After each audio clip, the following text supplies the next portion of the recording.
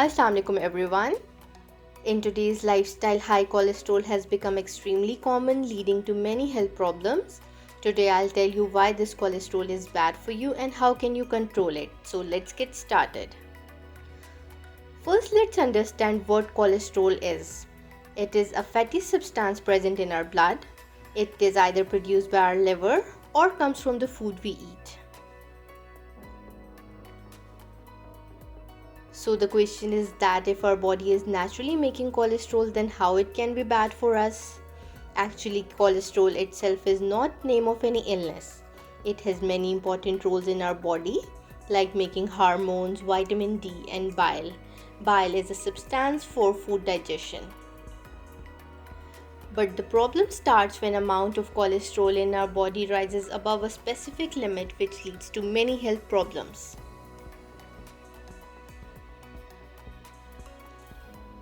Basically, there are two types of cholesterol. One is good cholesterol known as HDL and other is bad for us known as LDL.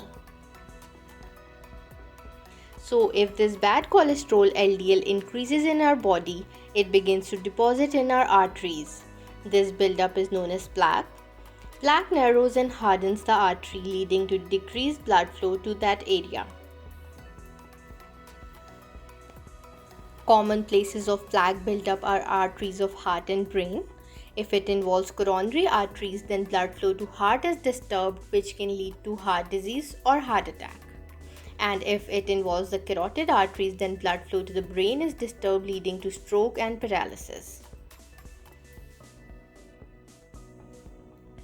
On the other hand, as I told you, the HDL is good cholesterol. It removes LDL from our arteries and return it back to the liver.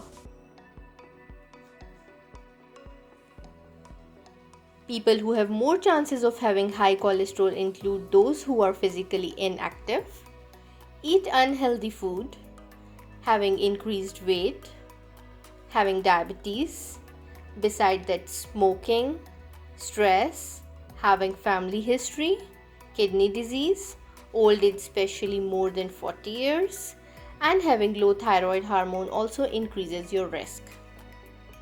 You can lower your cholesterol levels by following these steps. Firstly, healthy diet is key to normal cholesterol. Reduce intake of saturated and trans-saturated fats, which include red meat, especially organ meat like liver or brain. Beside that, full-fat dairy products like cheese, yogurt, milk are also very rich in cholesterol. Then fried foods and animal fat like butter, ghee, margarine and lard, processed foods, and even eggs can also increase your cholesterol levels. Beside that, you should encourage use of fruits and vegetables. Increase fiber content in your diet, for which oats, fruits and veggies are very good sources. Take low salt and sugar diet. Increase use of nuts, lentils, olive or canola oils. Then instead of red meat, fish and chicken are good alternatives. Now you must be worried because in today's lifestyle having this strict diet is difficult. My advice is that eat your favorite things too, but eat everything in moderation. Besides diet, stay physically active. At least walk for 30 minutes at least 5 days a week. Quit smoking. Shed extra kgs. Try avoiding stress. Control other illnesses contributing to cholesterol. And keep monitoring.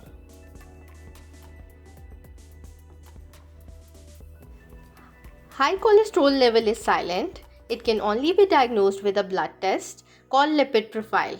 It tells about the following. Total cholesterol.